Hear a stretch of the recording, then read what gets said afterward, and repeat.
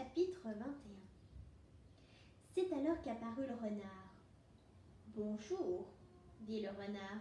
« Bonjour, répondit poliment le petit prince, qui se retourna mais ne vit rien. « Je suis là, dit la petite voix, sous le pommier. »« Qui es-tu » dit le petit prince. « Tu es bien joli. »« Je suis un renard, dit le renard. »« Viens jouer avec moi, lui proposa le petit prince. Je suis tellement triste. »« Je ne puis pas jouer avec toi, dit le renard. Je ne suis pas apprivoisé. »« Ah, pardon, fit le petit prince. Mais après réflexion, il ajouta. Qu'est-ce que signifie apprivoiser ? Tu n'es pas d'ici, dit le renard.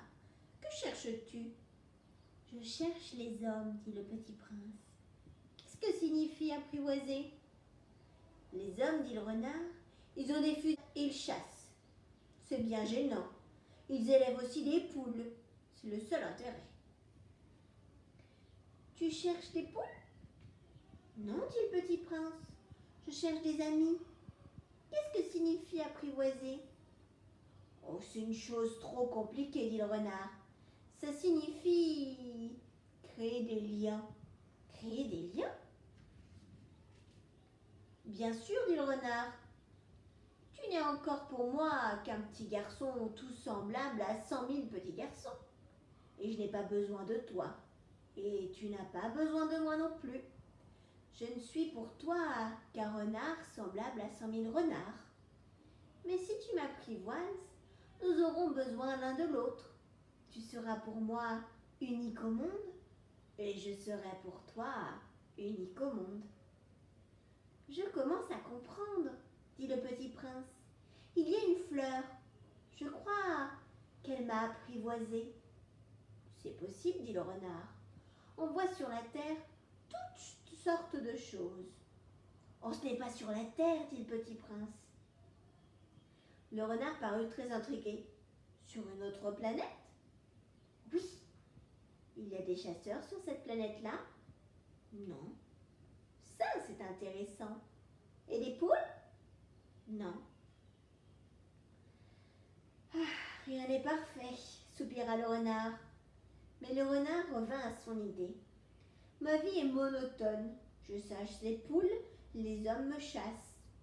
Toutes les poules se ressemblent et tous les hommes se ressemblent. Je m'ennuie donc un peu.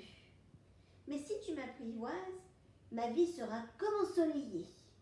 Je connaîtrai un bruit de pas qui sera différent de tous les autres. Les autres pas me font rentrer sous terre. Le tien m'appellera hors du terrier, comme une musique. Et puis, regarde, tu vois là-bas les champs de blé ? Je ne mange pas de pain. Le blé pour moi est inutile. Les champs de blé ne me rappellent rien. Et ça, c'est triste. Mais tu as des cheveux couleur d'or. Alors ce sera merveilleux quand tu m'auras apprivoisé.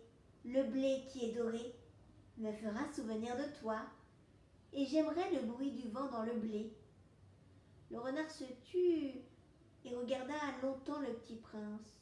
« Oh, s'il te plaît, apprivoise-moi, dit-il. »« Je veux bien, répondit le petit prince, mais je n'ai pas beaucoup de temps. J'ai des amis à découvrir et beaucoup de choses à connaître. »« On ne connaît que les choses que l'on apprivoise, dit le renard. Les hommes n'ont plus le temps de rien connaître. Ils achètent des choses toutes faites chez le marchand. Mais comme il n'existe point de marchand d'amis, les hommes n'ont plus d'amis.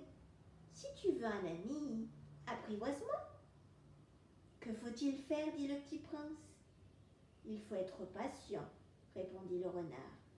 Tu t'assoiras d'abord un peu loin de moi, comme ça, dans l'herbe. Je te regarderai du coin de l'œil et tu ne diras rien. Le langage est source de malentendus. Mais chaque jour, tu pourras t'asseoir un peu plus près. » Le lendemain revint le petit prince. « Il eût mieux valu revenir à la même heure, dit le renard. Si tu viens, par exemple, à 4 heures de l'après-midi, dès 3 heures, je commencerai d'être heureux. Plus l'heure avancera, plus je me sentirai heureux. À 4 heures déjà, Je m'agiterai et m'inquiéterai. Je découvrirai le prix du bonheur. Mais si tu viens n'importe quand, je ne saurai jamais à quelle heure m'habiller le cœur. Il faut des rites. Qu'est-ce qu'un rite? Dit le petit prince.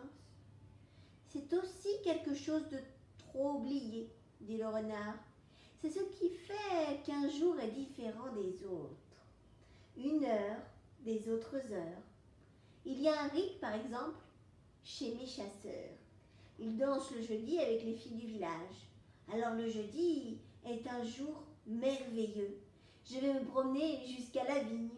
Si les chasseurs dansaient n'importe quand, les jours se ressembleraient tous et je n'aurais point de vacances. Ainsi le petit prince apprivoisa le renard. Et quand l'heure du départ fut proche, « Ah, dit le renard, je pleurerai. »« C'est ta faute, dit le petit prince. Je ne te souhaite point de mal, mais tu as voulu que je t'apprivoise. »« Bien sûr, dit le renard. »« Mais tu vas pleurer, dit le petit prince. »« Bien sûr, dit le renard. »« Alors, tu n'y gagnes rien. »« J'y gagne, dit le renard, à cause de la couleur du blé. » Puis il ajouta, « Va revoir les roses. Tu comprendras que la tienne est unique au monde. Tu reviendras me dire adieu et je te ferai cadeau d'un secret. » Le petit prince s'en fut revoir les roses. « Vous n'êtes pas du tout semblable à ma rose. Vous n'êtes rien encore, leur dit-il. Personne ne vous a apprivoisé et vous n'avez apprivoisé personne. Vous êtes comme était mon renard. Ce n'était qu'un renard semblable à 100 000 autres. Mais j'en ai fait mon ami et il est maintenant unique au monde. » Et les roses étaient bien gênées. « Vous êtes belle, mais vous êtes vide, leur dit-il encore. On ne peut pas mourir pour vous, bien sûr, ma rose à moi. Un passant ordinaire croirait qu'elle vous ressemble. Mais à elle seule, elle est plus importante que vous toutes, puisque c'est elle que j'ai arrosée, puisque c'est elle que j'ai mise sous globe, puisque c'est elle que j'ai abritée par le paravent, puisque c'est elle dont j'ai tué les chenilles, sauf les 2 ou 3 pour les papillons, puisque c'est elle que j'ai écouté se plaindre ou se vanter, ou même quelquefois se taire, puisque c'est ma rose. Et il revient vers le renard. « Adieu, dit-il. »« Adieu, dit le renard. Voici mon secret. Il est très simple. On ne voit bien qu'avec le cœur. L'essentiel est invisible pour les yeux. » « L'essentiel est invisible pour les yeux, répéta le petit prince, afin de se souvenir. C'est le temps que tu as perdu pour ta rose qui fait ta rose si importante. C'est le temps que j'ai perdu pour ma rose, fit le petit prince afin de se souvenir. Les hommes ont oublié cette vérité, dit le renard, mais tu ne dois pas l'oublier. Tu deviens responsable pour toujours de ce que tu as apprivoisé. Tu es responsable de ta rose. Je suis responsable de ma rose, répéta le petit prince, afin de se souvenir.